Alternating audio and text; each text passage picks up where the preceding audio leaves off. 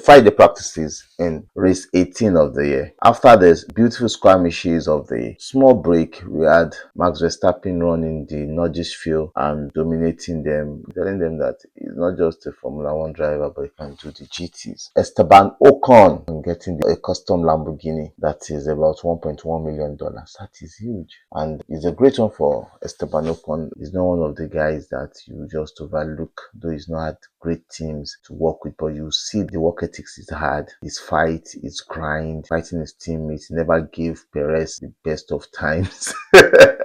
I wonder if he had been a teammate with Max Verstappen, it would have been fire for fire. Took a year sabbatical because him not having a car, was with Mercedes. I think Toto Wolff was his manager. And it's a great one for him, getting back into the sport with Alpine, coming back now with Haas. He's been doing great. For me, I think he's just like one of the drivers that have that potential but not being in a good car. Now going back to Singapore, you can see the F1 is Fernando Alonso leading the FP1. A wonderful one because this is a high downforce track, unlike the low downforce track in which you had Red Bull dominating. Red Bull really took everybody. But I think this weekend you might see it a bit competitive, though Mercedes and Red Bull brought upgrades. Mercedes brought upgrades to their front wings just to make it more grippier to the floor, so as to give them more traction on this high downforce track. And the Red Bull too brought upgrades, maybe to change the complexity of the car to suit this track. The other teams just tweaks and whatever. But the major thing is we are going to see a lot of pushing, shoving, grinding, because next year will be different. And with this cost cap in effect, it is a long one for all these teams. And next year, this cost cap has been increased because we're going to a new year, new session, new cars, and those teams need to develop banging cars to come in. A lot of teams are going to grind in to make sure they are able to survive, at least get that money, because a few £1 million on the table is much for those teams to get into next year, and it will also help them in getting bigger sponsors. You can see McLaren winning the Constructors' Championship last year and securing big fish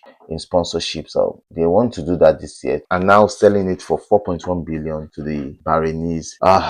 Investment opportunity, it's going to be huge for them. So everybody is looking at where they can punch in. That being said, we need to also look at how viable it's going to be. Viable in the sense that how will next step favor this team. So we'll leave that for another time. But we can see that Fernando Alonso's laps were just stunning. They were stunning and it was grippy. The car was just like a car made for that track. We saw the McLarens tweak up their front wings and they got better. But the way Alonso was gripping the front and the rear shows that that car is really made for high downforce track. And we can see that through the season, they've not really done bad as a midfield team. Coming into Singapore and the Aston Martin is performing like this in the hands of Alonso is grace for them, and for his teammate Lance Stroll, car is not really performing well. But for Williams are outperforming the car. That car is not a car that should be where it is, but they are really outperforming the car. His teammate Alex Albon could not really do anything in the FP1. I think there was fire behind the car, so they are going to do some checks and changes. Maybe probably we should see him in the FP2, but we can see the McLarens, they are really turning up, and let's see how they are able to bring the car in, grind it into FP2 along with the Ferrari, with the Red Bull, and the Mercedes are to be far off. Seriously, they're far off. Even when we know that they are not on the soft tires, they are far off. Everybody's playing strategy now, looking at what the tires they should use, tires they should not use, so that they don't waste tires they should use on tires they should not use. We saw the Mercedes on medium and hard, while a lot of others were using soft and hard. So the tire strategy is already playing out right now for the teams. So it's going to be a very interesting one to see what tire some teams are going to be on for the race and in the qualifying. But the race pace is a little bit close. 2 weeks ago, we saw the Ferrari's race pace looking great, but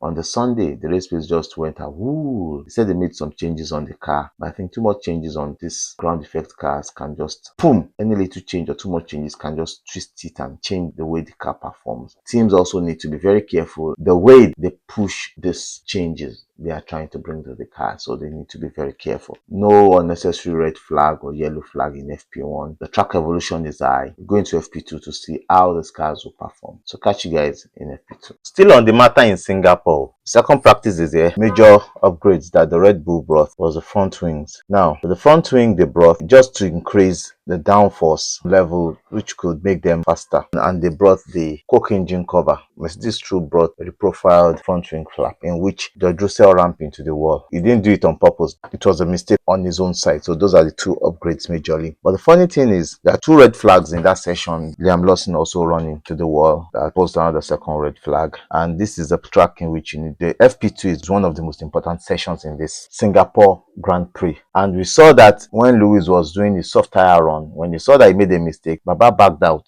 He didn't want to run into the wall, but he saw that there's potential in it, and I think that is what they need to work on in Ferrari. But we saw that Aston Martin were running a different profile session amongst the two drivers in FP1, but the FP2 got better. Stroll was able to get closer to Alonso, but Isaac Aja is doing a beautiful job here. He was able to challenge the top runners. FP2 coming second, Max Verstappen third, Piastri leading FP2, and we saw Norris doing a better job in FP1, but Piastri, he learns through the weekend. Great job for him. The Singapore Grand Prix is going to be more interesting because FP1 we didn't see any incident, but FP2 we start seeing incidents. Let's wait till tomorrow when the drivers keep pushing, and the more they push the car, the better juice they get from the car, and the better the car gets on the track. Going into FP3, we are going to see much of race runs. The weather came down, and we can see the Mercedes moved up in performance better when the weather is much more better, fairer for their tires. But will that really affect them or help them or bring them closer to where they really need to be? That will be until the main race on Sunday, but it's going to be a very dicey one, a very crazy race. For qualifying tomorrow, Max Verstappen will not be left out of the game. He's going to push every driver. The McLarens are looking fast, so we might see the McLaren, Ferrari, and Red Bull in the fight for pole, except the Ferrari does what Ferrari do, mess their strategy up for qualifying and for race. You don't want to miss the qualifying tomorrow, which I'll give you a basic analysis of how it runs down. Catch you guys tomorrow. I love you guys. Bye.